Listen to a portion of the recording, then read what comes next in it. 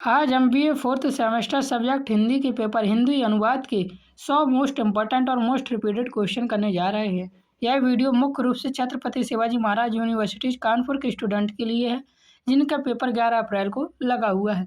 लेकिन यदि आप किसी और यूनिवर्सिटी से और आपका पेपर हिंदी अनुवाद का है तो ये वीडियो आपके लिए भी बहुत इंपॉर्टेंट होने वाली है। तो ये इस वीडियो का एंड तक जरूर देखना, क्योंकि इस वीडियो से आपको सीधे एग्जाम में 11 अप्रैल को क्वेश्चन देखने को यहीं से मिलने वाले हैं, जो क्वेश्चन आपको सीधे पेपर में दिखेंगे और आपको उन क्वेश्चन को सही करके ही आना है। इसलिए वीडियो को एंड तक जरूर देखें। ये सारे क्वेश्चन मोस्ट रिपीटेड हैं जो पेपर में बार बार रिपीट हुए हैं। तो चलिए बिना देरी के शुरू करते हैं हिंदी अनुवाद के 100 मोस्ट रिपीटेड MCQs को। पहला क्वेश्चन है और वेरी इंपॉर्टेंट क्वेश्चन है, बार बार पेपर में आया है। हिंदी दिवस कब मनाया जाता है? तो इसका हमारा सही आंसर है हिंदी दिवस 14 सितंबर को मनाया जाता है। 14 सितंबर 1949 को हिंदी को राजभाषा का दर्जा मिला था, इसलिए हिंदी दिवस के रूप में मनाया जाता है। क्वेश्चन नंबर दूसरा है, ये भी बहुत ज़्यादा इम्पोर्टेंट है। अंतर्राष्ट्रीय अनुवाद दिवस कब मनाया जाता है? तो इसका सही आंसर है 30 सितंबर को। यह दिन सेंट जेरोम की स्मृति में मनाया जाता है। याद रखना किसकी स्मृति में? तो सेंट जेरोम की स्मृति में मनाया जाता है, जो कि अनुवाद के संरक्षक माने जाते हैं। तो ये क्वेश्चन बहुत ज़्यादा इंपॉर्टेंट पेपर में हर साल आता है। क्वेश्चन नंबर तीसरा है, संविधान के किस अनुच्छेद के अनुसार देवनागरी में लिखित हिंदी भारत संघ की राजभाषा है? तो इसका सही आंसर है 343 में हिंदी को भारत की राजभाषा घोषित किया गया था। ये भी क्वेश्चन बहुत रिपीट होता है। क्वेश्चन नंबर 4 दिया हुआ है, अनुवाद का पर्यायवाची क्या है? भाषांतर, उल्था और तर्जुमा, ये तीनों ही अनुवाद के पर्यायवाची शब्द हैं। क्वेश्चन नंबर 5 देखिए दिया हुआ है, अनुवाद क्या है? कला है, विज्ञान है, शिल्प है? तो अनुवाद तीनों है। अनुवाद में कला, विज्ञान और तकनीकी तीनों चीज़ें शामिल होती हैं। क्वेश्चन नंबर 6 दिया हुआ है हमारा, अनुवादक को किन भाषाओं का ज्ञान होना चाहिए? केवल स्रोत भाषा का, केवल लक्ष्य भाषा का? तो इसका सही आंसर है दोनों भाषाओं का। स्रोत भाषा और लक्ष्य भाषा दोनों भाषाओं का ज्ञान होना चाहिए अनुवादक को। क्वेश्चन नंबर 7 है हमारा, अनुवाद के लिए कम से कम कितनी भाषाओं का ज्ञान होना चाहिए? तो इसका हमारा सही आंसर हो जाएगा 2 भाषाओं का, और स्रोत भाषा का और लक्ष्य भाषा का दोनों का ज्ञान होना चाहिए। क्वेश्चन नंबर 8 है, वेरी और वेरी रिपीटेड क्वेश्चन पेपर में आने के इसके बहुत ज़्यादा चांस है छत्रपति शिवाजी महाराज यूनिवर्सिटीज़ में। ट्रांसलेशन शब्द का सर्वप्रथम प्रयोग किसने किया? तो इसका हमारा सही आंसर हो जाएगा मोनियर विलियम्स ने। याद रखना बहुत इंपॉर्टेंट क्वेश्चन है। क्वेश्चन नंबर 9 दिया हुआ है, अनुवाद विज्ञान किसकी रचना है? तो ये क्वेश्चन भी काफ़ी बार पूछा गया है। तो भोलानाथ तिवारी की रचना है। भोलानाथ तिवारी से रिलेटेड जितने भी क्वेश्चन होंगे सारे इंपॉर्टेंट है। तो अनुवाद विज्ञान याद रखना भोलानाथ तिवारी की एक रचना है। क्वेश्चन नंबर 10 दिया हुआ है, मशीन अनुवाद का कार्य किसके द्वारा होता है? जब मशीन अनुवाद का कार्य है तो मशीन के द्वारा ही होगा। कॉमन सेंस का सवाल है। क्वेश्चन नंबर 11 दिया हुआ है हमारा, अनुवाद प्रक्रिया के सोपान कौन कौन से? विश्लेषण, अंतरण या पुनर्गठन? तो इसका हमारा सही आंसर है उपयुक्त सभी। ट्रांसलेशन प्रोसेस के ये विश्लेषण, अंतरण और पुनर्गठन तीनों ही मुख्य चरण होते हैं। क्वेश्चन नंबर 12 है, वेरी इंपॉर्टेंट और रिपीटेड क्वेश्चन, नायडा के अनुसार अनुवाद प्रक्रिया का चरण है। तो जो ऊपर क्वेश्चन था वो सीधे पूछ लिए गए थे, लेकिन नायडा का नाम लेके क्वेश्चन इंपॉर्टेंट हो जाता है। पाठ विश्लेषण, अंतरण और पुनर्गठन ये तीनों ही नायडा के अनुसार अनुवाद प्रक्रिया के चरण हैं। क्वेश्चन नंबर 13 रिपीटेड क्वेश्चन है, बार बार ये भी पूछा गया है, डॉक्टर भोलानाथ तिवारी के अनुवाद के कितने चरण माने हैं? डॉक्टर भोलानाथ तिवारी ने अनुवाद के 4 चरण माने हैं। तो डॉक्टर भोलानाथ तिवारी से सारे क्वेश्चन इंपॉर्टेंट होंगे, याद रखना। क्वेश्चन नंबर 14 दिया हुआ है, अनुवाद प्रक्रिया की सीमाएं क्या हैं? तो भाषा परक है, पठ परक है, सामाजिक संस्कृति है, ये तीनों ही अनुवाद प्रक्रियाएं की सीमा है। ट्रांसलेशन अर्थात अनुवाद को के भाषा, सामाजिक और सांस्कृतिक दोनों सीमाएं होती हैं। क्वेश्चन नंबर 15 दिया हुआ है, अनुवाद के महत्वपूर्ण क्षेत्र कौन कौन से हैं? तो विज्ञान, प्रौद्योगिकी और शिक्षा। ट्रांसलेशन हर क्षेत्र में उपयोगी है। क्वेश्चन नंबर 16 दिया हुआ है, बहुभाषी से क्या अभिप्राय है? तो बहुभाषी वह कहलाता है जो अनेक भाषाओं का ज्ञाता होता है, एक ऐसा व्यक्ति जिसे मल्टीलिंगुअल लैंग्वेज आती हो। क्वेश्चन नंबर 17 देखिए दिया हुआ है, दो भाषाओं के ज्ञान की स्थिति क्या कहलाती है? तो दो भाषाओं के ज्ञान की स्थिति द्विभाषिक कहलाती है। क्वेश्चन नंबर 18 है, रिपीटेड क्वेश्चन है, बार बार पूछा गया है। अंतर संकेत परक अनुवाद क्या है? तो इसका हमारा सही आंसर है संकेत, चित्र और संगीत द्वारा अनुवाद करना अंतर संकेत परक कहलाता है। क्वेश्चन नंबर 19 है, एक ही भाषा के अंतर्गत किया जाने वाला अनुवाद क्या कहलाता है? तो एक ही भाषा के अंदर किए जाने वाला अनुवाद अंतर्भाषिक अनुवाद कहलाता है। तो ये बहुत इंपॉर्टेंट क्वेश्चन है, रिपीटेड क्वेश्चन है, याद रखना।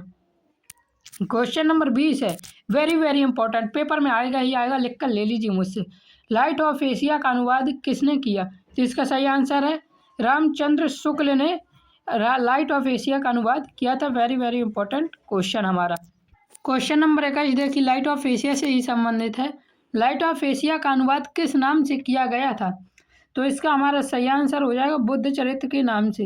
यह पुस्तक बुद्ध के जीवन पर आधारित है। कौन सी? Light of Asia. लिखी किसने थी? तो रामचंद्र शुक्ल ने, मतलब हिंदी अनुवाद किया था। क्वेश्चन नंबर 22 दिया हुआ है, वर्ब का हिंदी अर्थ क्या है? तो इसका आंसर सबको मालूम होगा, वर्ब का हिंदी अर्थ क्रिया है। कुछ शब्दों के हिंदी अनुवाद और हिंदी अर्थ पूछे जाते हैं, मैंने उनको लिया हुआ है और पेपर में ये बार बार रिपीटेड होते हैं, इसलिए इन शब्दों के हिंदी अनुवाद जरूर याद करके जाना, जितने मैं बता दूं। 23वां है, गवर्नर का हिंदी अनुवाद क्या है? तो गवर्नर का हिंदी अनुपाद राज्यपाल होता है, याद रखना, रिपीटेड क्वेश्चन है ये। क्वेश्चन नंबर 24 में है, ट्रेजर शब्द का हिंदी अर्थ क्या है? तो ट्रेजर शब्द का हिंदी अर्थ होता है खजाना, याद रखना, रिपीटेड है ये भी। क्वेश्चन नंबर 25 है, बैंक क्या है? तो बैंक एक वित्तीय संसाधन है, ये तो सभी को पता होगा। क्वेश्चन नंबर 26 दिया हुआ है, आम आदमी का बैंक पर निर्भरता बढ़ाने वाली योजना का नाम क्या है? तो इसका सही आंसर हो जाएगा जन धन योजना। पीएम जन धन योजना फाइनेंशियल इंक्लूजन के लिए शुरू हुई थी और यह बैंक पर इसने निर्भरता बढ़ाई है। क्वेश्चन नंबर 27 है, फिक्स डिपॉजिट रिसिप्ट का संक्षिप्त रूप क्या है? तो इसका हमारा सही आंसर हो जाएगा FDR। Question number 28, very very repeated question है, पुनरीक्षण का अर्थ क्या है? तो पुनरीक्षण का अर्थ है पुनः देखना, और ये बहुत बार रिपीट हुआ क्वेश्चन है। क्वेश्चन नंबर 29 है हमारा, अनुवाद के बाद होने वाली प्रक्रिया क्या कहलाती है? तो अनुवाद के बाद होने वाली प्रक्रिया पुनरीक्षण या समालोचना कहलाती है। ट्रांसलेशन के बाद रिव्यू किया जाता है, उसी क्या कहते हैं? पुनरीक्षण या समालोचन कहते हैं। क्वेश्चन नंबर 30 है, नाटक का नाटक के रूप में अनुवाद क्या कहलाता है? तो नाटक का नाटक के रूप में अनुवाद नाट्य अनुवाद कहलाता है। ड्रामा को जो ड्रामा के रूप में अनुवाद करना ही नाट्य अनुवाद कहलाता है। क्वेश्चन नंबर 31 है, सारा अनुवाद की प्रकृति कैसी होती है? तो इसका सही आंसर बताने से पहले अभी तक आपने वीडियो लाइक नहीं किया है तो वीडियो को लाइक कर देना, चैनल पर नए हैं तो चैनल को सब्सक्राइब करना, और आप किस यूनिवर्सिटी से हैं और आपका पेपर कब है ये हमें कमेंट में बता सकते हैं। तो सारानुवाद की प्रकृति कैसी होती है? तो सारानुवाद की प्रकृति संक्षिप्त होती है। सारानुवाद में मूल पाठ को संक्षेप में प्रस्तुत किया जाता है। रिपीटेड क्वेश्चन है, याद रखना, पेपर में इस साल आने के इसके चांस बहुत हाई है। क्वेश्चन नंबर 32 दिया हुआ है, मूल कृति के सारांश का अनुवाद क्या कहलाता है? तो मूल कृति के सारांश का अनुवाद भावानुवाद नहीं, सारानुवाद कहलाता है। मूल कृति के सारांश का अनुवाद क्या कहलाता है? सारानुवाद। क्वेश्चन नंबर 33 है, एक कुशल अनुवादक के गुण क्या हैं? तो कुशल अनुवादक के गुण रुचि होनी चाहिए उसकी, उस विषय में विषय का ज्ञान भी होना चाहिए, भाषा का ज्ञान भी होना चाहिए, तीनों ही एक कुशल अनुवादक के गुण हैं। क्वेश्चन नंबर 34 से हमारा दिया हुआ है, अनुवाद प्रक्रिया के सोपान कौन कौन से हैं? तो विश्लेषण, अंतरण और पुनर्गठन, ये तीनों ही परिभाषिक अनुवाद प्रक्रिया के सोपान हैं। क्वेश्चन नंबर 35 देखिए दिया हुआ है, परिभाषिक शब्दावली का गुण क्या है? तो स्पष्टता, सरलता और उपयोगिता, ये तीनों ही परिभाषिक शब्दावली के गुण हैं। क्वेश्चन नंबर 36 है हमारा, प्रयोग के आधार पर शब्द कितने प्रकार के होते हैं? तो ये रिपीटेड क्वेश्चन बहुत बार पेपर में आया है। तो प्रयोग के आधार पर शब्द 2 प्रकार के होते हैं, याद रखना, और कौन कौन से होते हैं ये भी पूछ लिया जाता है कभी कभी। तो विकारी और अविकारी नाम है, 2 प्रकार के होते हैं, विकारी और अविकारी। क्वेश्चन नंबर 37 है, प्रयोग के आधार पर शब्द कौन कौन से होते हैं? तो विकारी और अविकारी दोनों ही प्रयोग के आधार पर शब्द होते हैं। क्वेश्चन नंबर 38 दिया हुआ है, यातायात में हरी बत्ती का संकेत क्या है? तो इसका सही आंसर हो जाएगा चलना। क्वेश्चन नंबर 39 है, कौन सी भाषा समाज में दो भाषाओं को बोलने वालों के बीच संपर्क भाषा का कार्य करती है? तो जब संपर्क भाषा का कार्य करेगी तो क्या कहलाएगी? संपर्क भाषा ही कहलाएगी। क्वेश्चन नंबर 40 है, परिभाषिक शब्दावली में चयन रहता है, रिपीटेड क्वेश्चन है, ये पूछ लिया जाता है आपके ज्ञान के लिए। तो परिभाषिक शब्दावली में शब्दों का चयन होता है। क्वेश्चन नंबर 41 है, परिभाषिक शब्द होना चाहिए किस प्रकार का? तो परिभाषिक शब्द अलंकार, प्रयोगात्मक और सुविधाजनक तीनों प्रकार का होना चाहिए। क्वेश्चन नंबर 42 है हमारा, परिभाषिक शब्दावली की एक प्रकृति है। क्वेश्चन ये बहुत रिपीटेड है, एक वीडियो छोड़कर बिल्कुल मत जाना, वीडियो में एंड तक बने रहना। आपको पेपर में यहाँ से क्वेश्चन देखने को बहुत ज़्यादा मिलने वाले हैं, टेंशन बिल्कुल मत लीजिए। तो इसका सही आंसर है स्पष्टता। टेक्निकल टर्म्स में शब्दावली की प्रकृति कैसी होती है? स्पष्ट होनी चाहिए। क्वेश्चन नंबर 43 है हमारा, परिभाषिक शब्दावली का बुनियादी सिद्धांत क्या है? तो इसका सही आंसर है उपयोगिता। क्वेश्चन नंबर 44 है हमारा, फिर से यहाँ से मैंने कुछ हिंदी रिलेटेड क्वेश्चन लिए हैं, मतलब कि उस शब्द का अर्थ बताने वाले होते हैं, और ये रिपीटेड ही क्वेश्चन है, पेपर में आएंगे ही आएंगे, मतलब कि आपको एक या दो क्वेश्चन हिंदी समकक्ष या हिंदी अर्थ से देखने को मिलने वाले हैं। तो क्वेश्चन देखिए, एजेंसी का हिंदी समकक्ष क्या है? तो इसका सही आंसर है अभिकरण।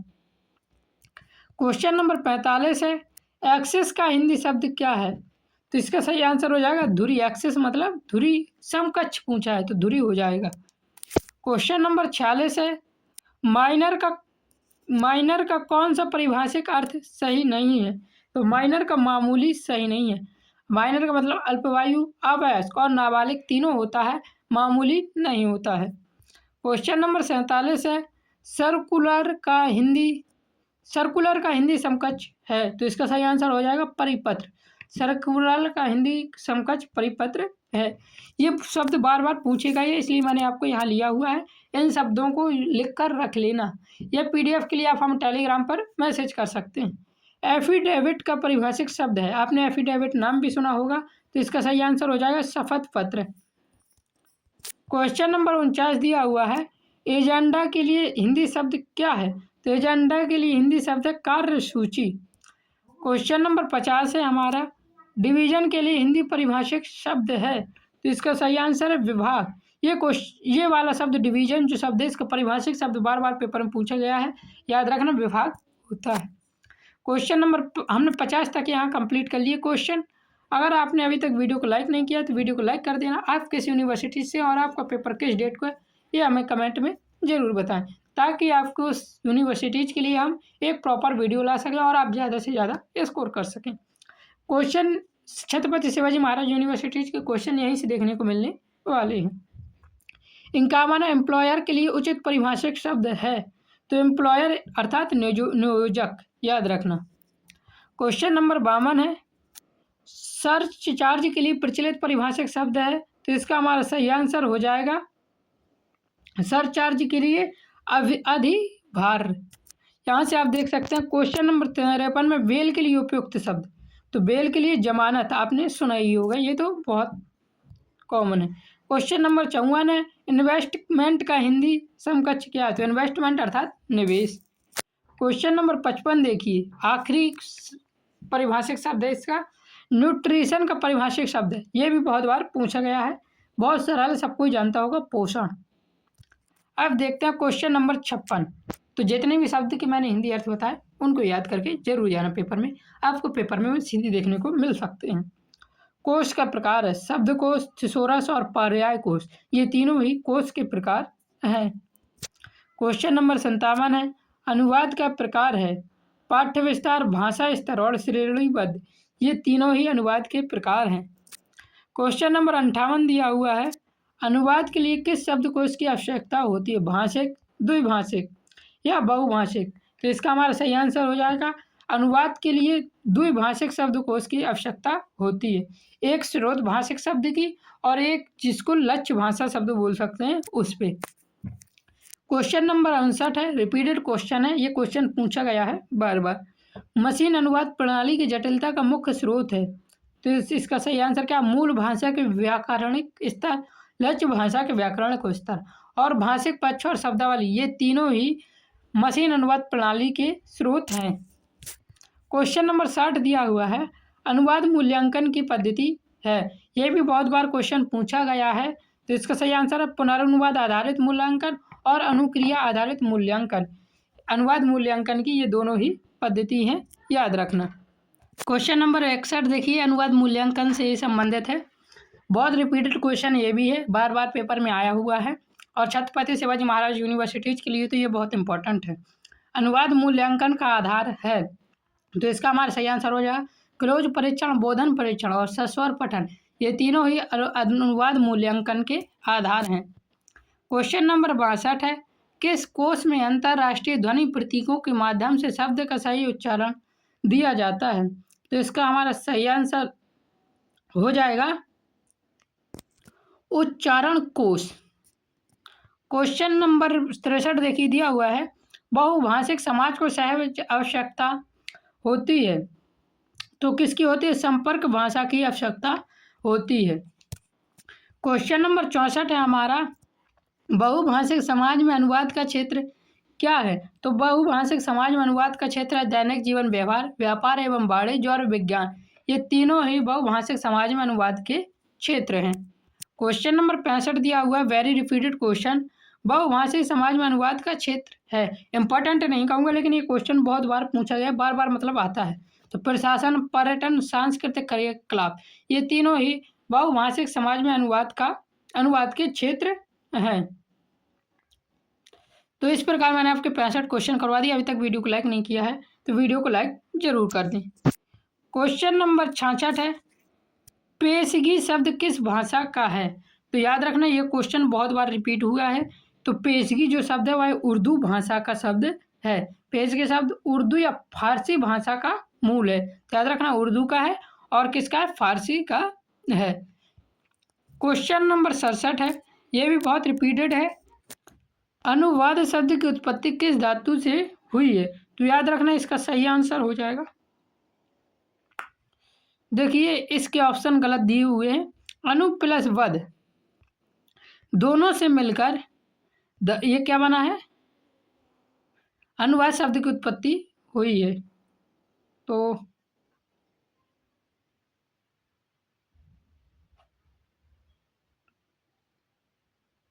इसको मैं सही करके आपको पीडीएफ में दे दूंगा, तो यार ऑप्शन में थोड़ी डिस्टर्बेंस है।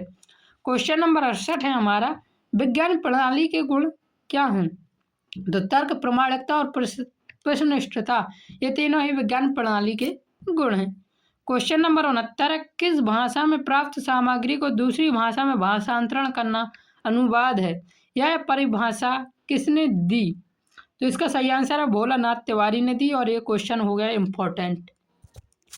क्वेश्चन नंबर 70 है, एक भाषा को पाठ्य सामग्री को दूसरी भाषा में समानार्थक रूप में प्रस्तुत करना अनुवाद है, यह परिभाषा किसकी है? तो यह परिभाषा है कैटफोर्ड की। तो याद रखना भोलानाथ तिवारी ने कहा था किसी भाषा में प्राप्त सामग्री को दूसरी भाषा में भाषांतरण करना अनुवाद है। इन्होंने कहा था एक भाषा की पाठ्य सामग्री को दूसरी भाषा में समानार्थक रूप में प्रस्तुत करना अनुवाद है। तो इन दोनों की लैंग्वेज को याद रखना, किसकी? भोलानाथ तिवारी की और कैटफोर्ड की।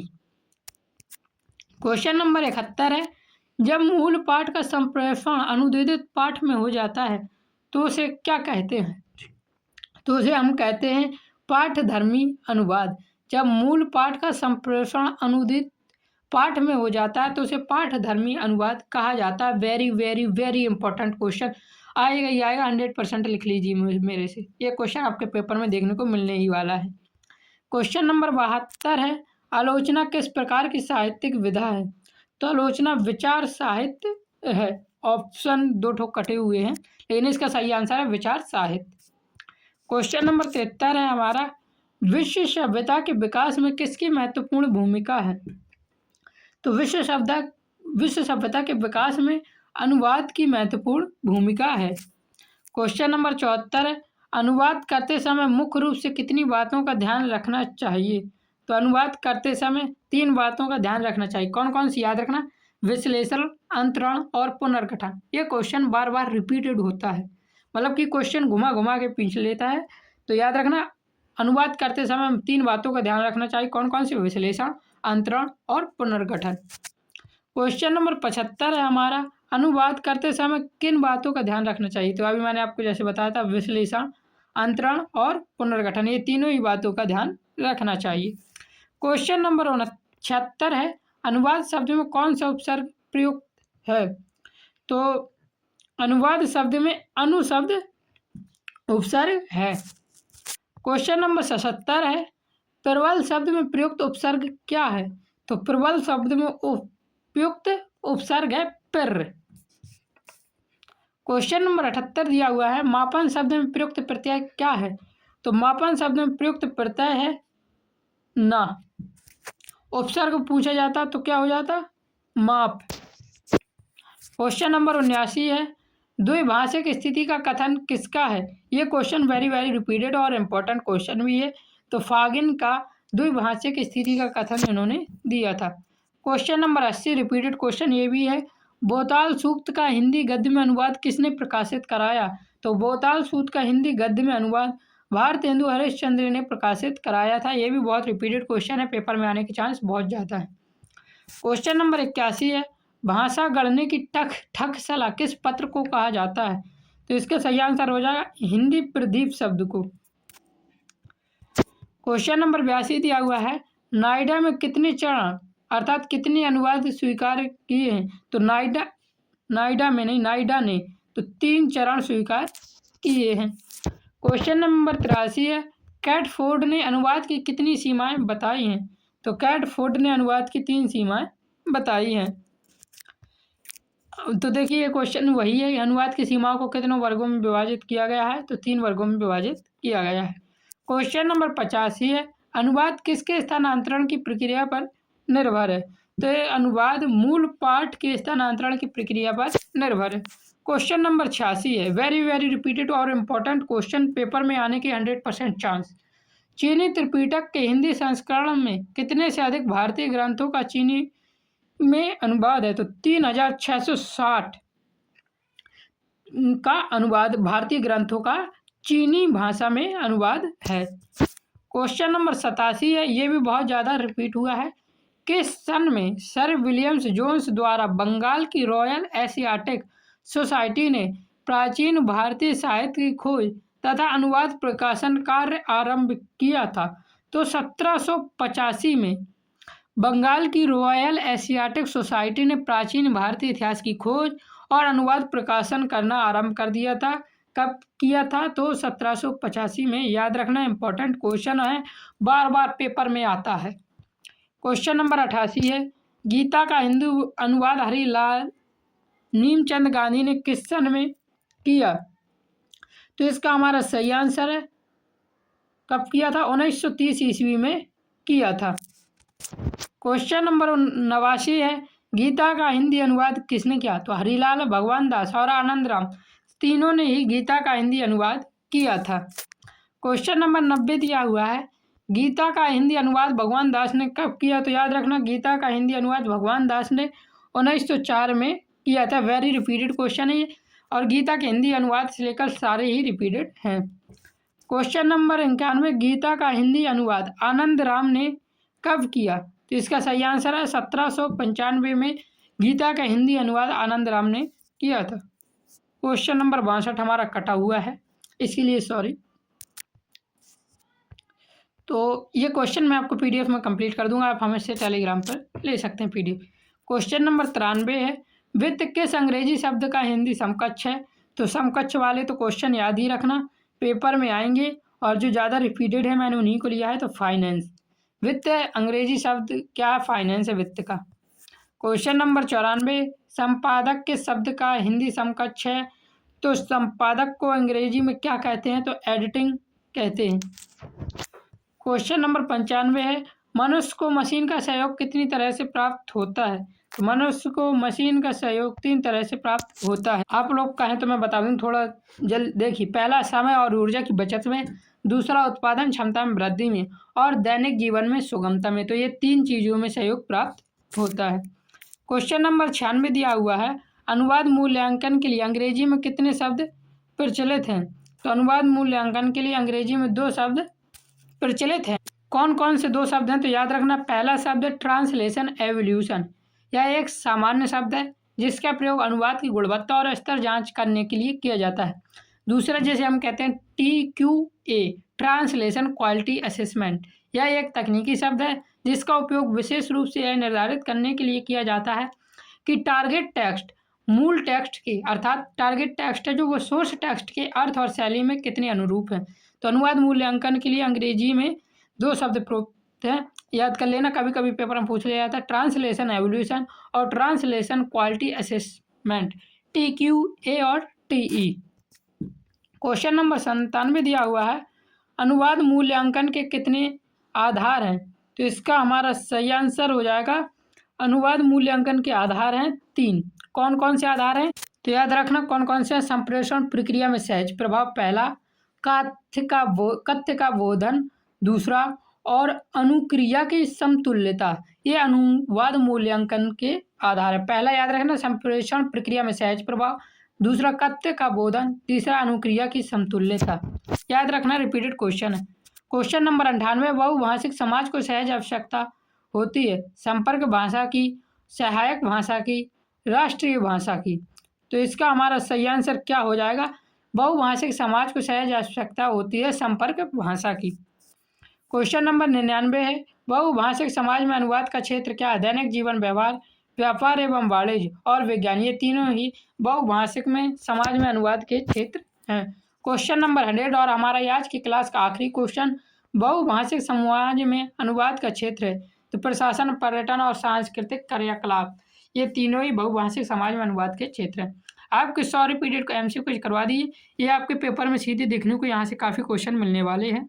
और भी सब्जेक्ट की वीडियो छत्रपति शिवाजी महाराज यूनिवर्सिटीज की डली हुई हैं, लिंक डिस्क्रिप्शन पर है, आप वहाँ से जाकर देख सकते हैं। चैनल पर नए हैं तो सब्सक्राइब जरूर करना। आपकी यूनिवर्सिटीज की यदि आप किसी और सब्जेक्ट के पेपर भी चाहिए तो आप मुझे बता दीजिए, मैं आपको दे दूँगा, मतलब उनकी वीडियो बना दूँगा। जय हिंद, जय भारत, राधे राधे।